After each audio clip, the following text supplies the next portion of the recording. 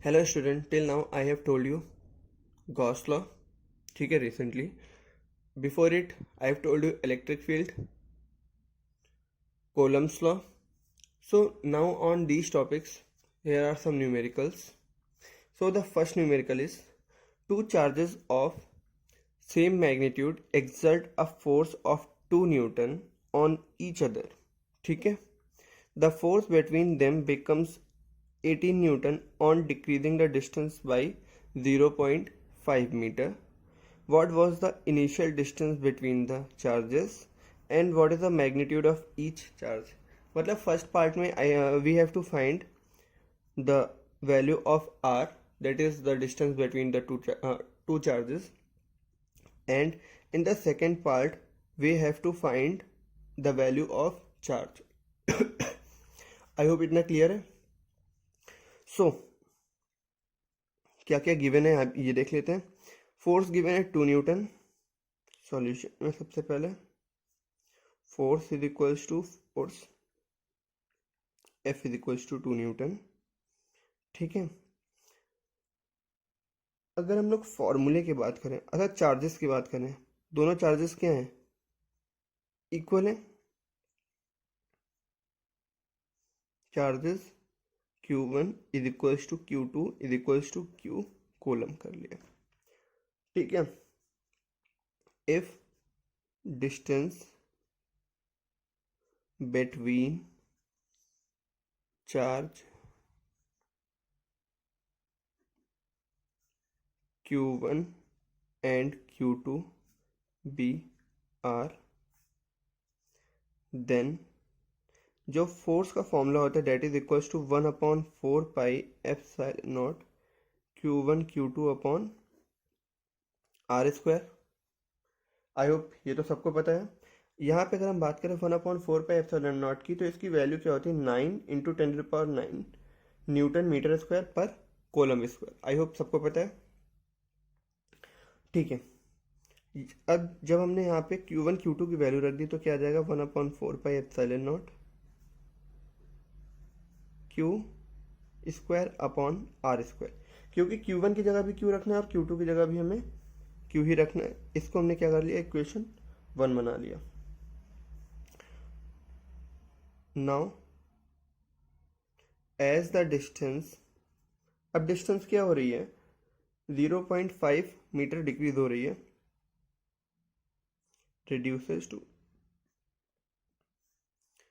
R minus 0.5 meter,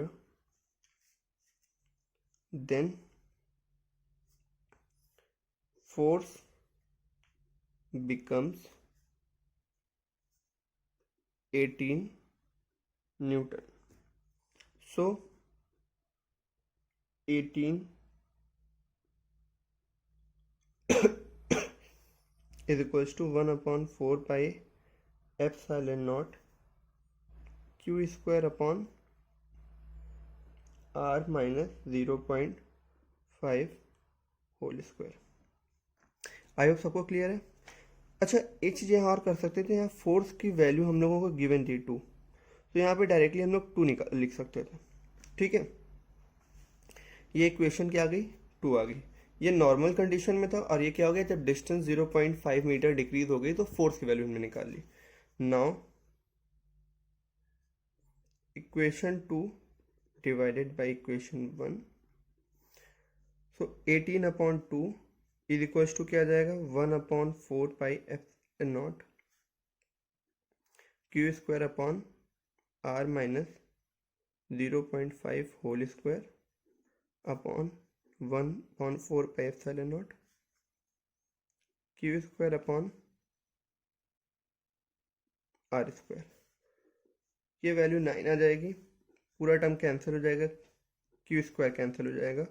सो यहाँ क्या आ जाएगा? 9 is equals to R square upon R minus 0.5 whole square. I hope यहाँ तक सबको क्लियर है. सो अब क्या करेंगे? स्क्वायर रूट ले लेते हैं दोनों तरफ. Taking square root both sides. यहाँ क्या जाएगा, plus minus three is equals to R upon R minus 0.5। ठीक है। सो यहाँ पे हमें दो वैल्यूज मिलेंगी आर की, एक बार प्लस थ्री रखने पे और एक बार माइनस थ्री। अब दोनों वैल्यूज निकाल लेते हैं। थ्री इज इक्वल्स टू क्या जाएगा, R upon R minus 0.5, that is 3r minus 1.5 is equals to r, that is 3r minus r is equals to 1.5। so r is equals to कितना आ जाएगा, 1.5 upon 2, that is 0.75 metre.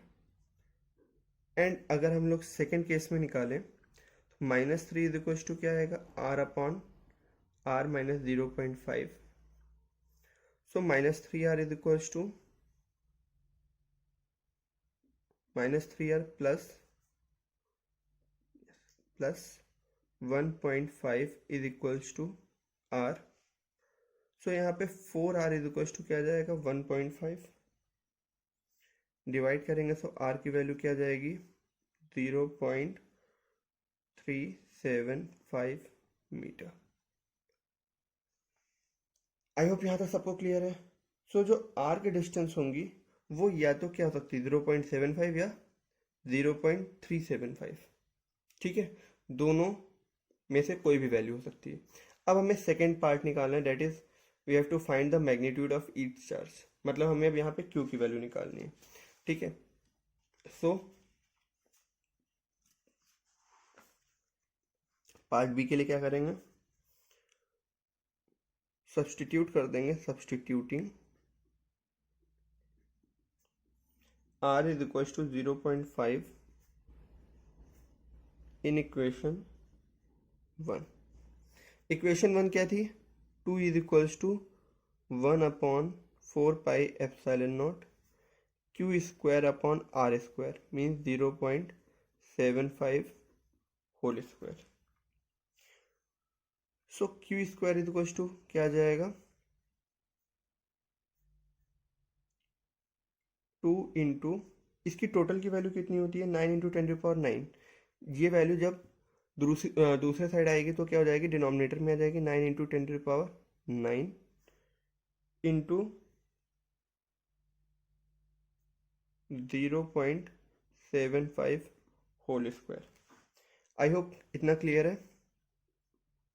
2 into 0.75 into 0.75 upon 9 into 10⁹9। ठीक है, solve करें, 10⁴ 3 से divide करें 25 and यहाँ से भी डिवाइड करेंगे तो 25 इंटू 25 होता है 625 इंटू 2 कर देंगे तो कितना आ जाएगा, 1250 अपॉन 10⁻13। ठीक है, या इसको लिख सकते हैं 125 इन अपॉन 10⁻12 और 125 इंटू 10⁻−12। और अगर इसको हम स्टैंडर्ड फॉर्म में लिखें तो इसको क्या लिखेंगे, 1.25 इंटू 10⁻10। ठीक है, चार्ज है तो इसकी यूनिट क्या हो जाएगी, कोलम। आई होप इतना क्लियर होगा। अब ये वैल्यू किसकी आ रही थी, सॉरी कोलम स्क्वायर, क्योंकि ये चार्ज के स्क्वायर की वैल्यू है। इसको हम लोग फर्दर सॉल्व करें या इसको इसी फॉर्म में लिखा रहने दें, क्यू स्क्वायर को। तो जब हम क्यू निकालेंगे तो क्या करेंगे, इसका अंडर रूट ले लेंगे। 1 to 5 का अंडर रूट अगर हम सॉल्व करें, ये अराउंड 11.1 के आसपास आएगा, 11.1 या 11.2 के नियर अबाउट आएगा, इंटू 10⁻⁻6। सॉल्व करने पे कितना आ जाएगा, -6 आ जाएगा। यूनिट कोलम। आई होप इतना क्लियर है। तो इसको क्या लिख सकते हैं, प्लस माइनस 11.1 माइक्रो कोलम। ठीक है, इसको सेकेंड डिजिट पे सॉल्व करना है, मे बी 11.16 या 17 आ सकता है। ठीक है, कैसे निकालना है ये पॉइंट सबको क्लियर हो गया होगा। ठीक है, सेकेंड पार्ट में अगेन हम लोग क्या करेंगे, r इज इक्वल्स टू 0.375 रख के वैल्यू सॉल्व करेंगे। तो 2 इज इक्वल्स टू क्या जाएगा, 9 इंटू 10 टू द पावर 9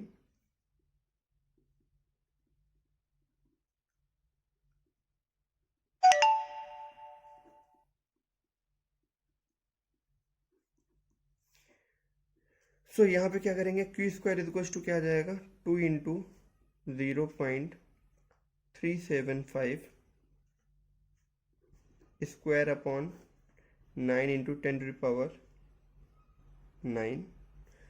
इसको हम लोग सॉल्व करेंगे। सो जो वैल्यू होगी that will be 2 into 375 upon 9 into 10 to the power 9